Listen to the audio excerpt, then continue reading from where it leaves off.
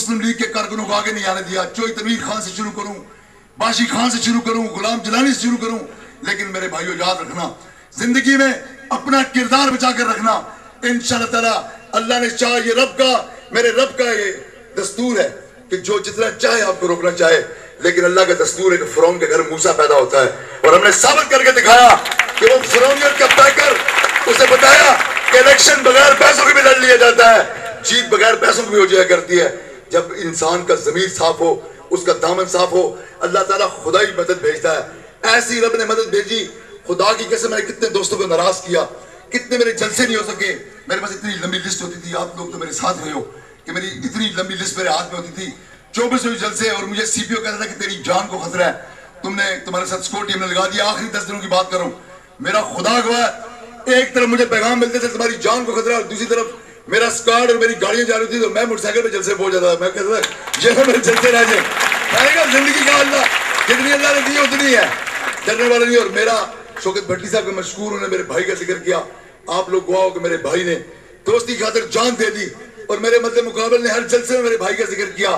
میرے خلاف درخواستیں دی میاں نواز شریف کو کہ اس کا بھائی مرڈر کیس میں آ گیا تھا. میاں صاحب نے کہا ہم نے تحقیق کی ہے, اسی لیے اس کو ٹکٹ دے رہے ہیں. شاید اسی لیے اس نے 25 سال میرے سے وفا کی ہے کہ یہ رفعت عوان کا بھائی ہے, اس نے وفا کی خاطر اپنی جان دے دی.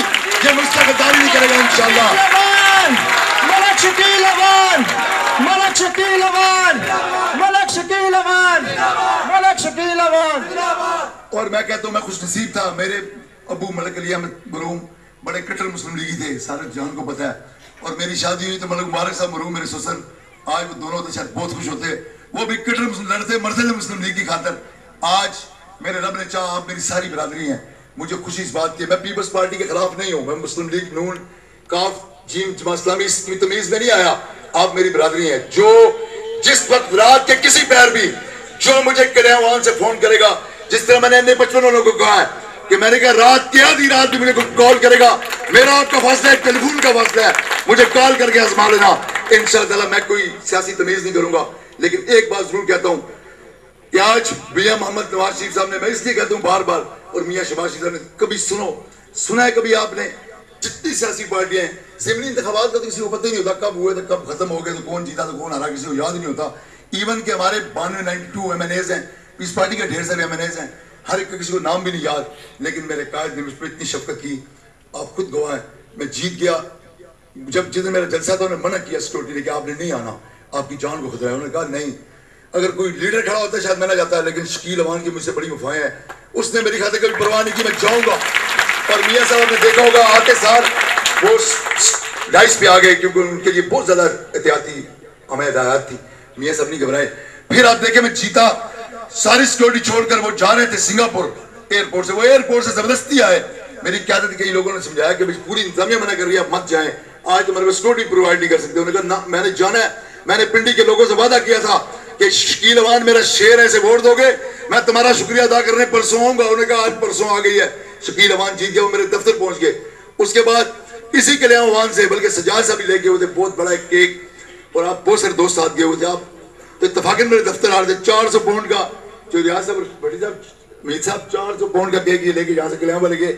اوپر سے مجھے بھی نہیں پتا تھا, 10 منٹ میں کال آئی کہ میاں شہباز شریف نے کہا کہ میں تمہارے دفتر تمہیں مبارک, بلکہ انہوں نے کہا میں تمہارے گھر جا رہا ہوں, تمہاری والدہ کو مبارکباد دوں گا. میں نے کہا جی میرا گھر گلی میں ہے, تو میں نہیں سمجھتا کہ وہاں سیکورٹی کے معاملات ایسے بن سکیں, آپ دفتر ہی ٹھیک ہے. وہ دفتر آ گئے.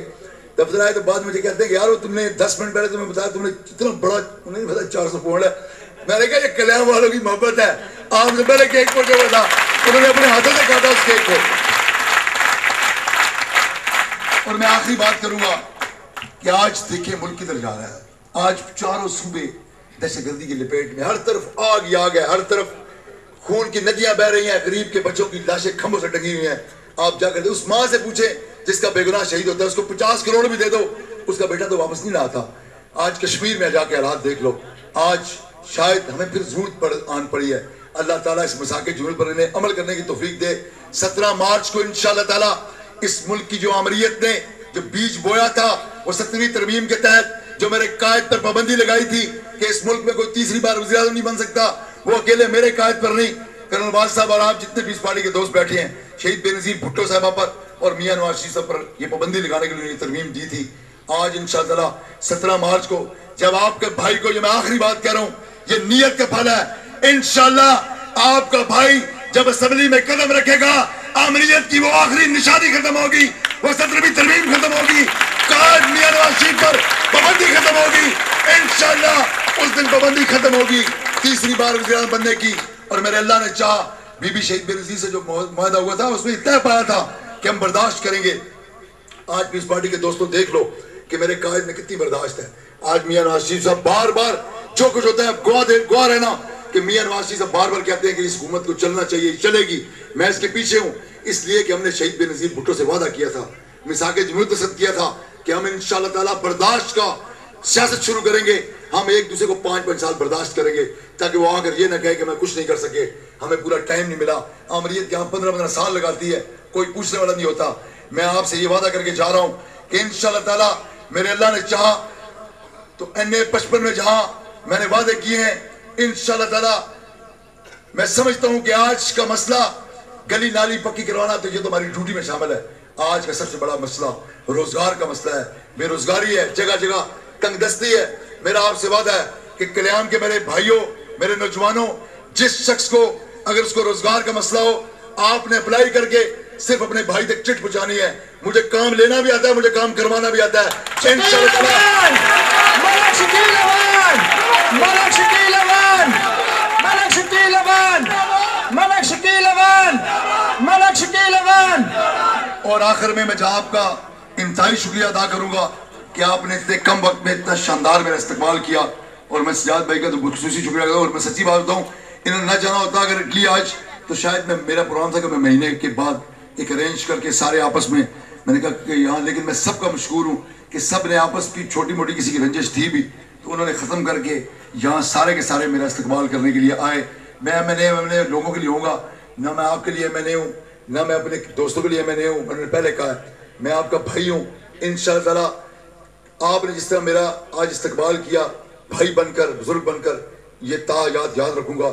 اور اللہ نے چاہا تو میں اپنے بارے میں، آپ کے بارے میں اتنا ہی کہا کرتا ہوں، یہ رب کریم کی ذات پاک ہے دینے والی، کہ ہماری ہستی ہی کیا ہے آخر، ہماری ہستی ہی کیا ہے آخر، ایک آواز آئے صداقت ہے بس، جو دبا سکو تو صدا دبا دو، جو بجھا سکو تو دیا بجھا دو، صدا دبے گی تو حشر ہوگا، دیا بجھے گا تو صبح ہوگی۔ بہت شکریہ۔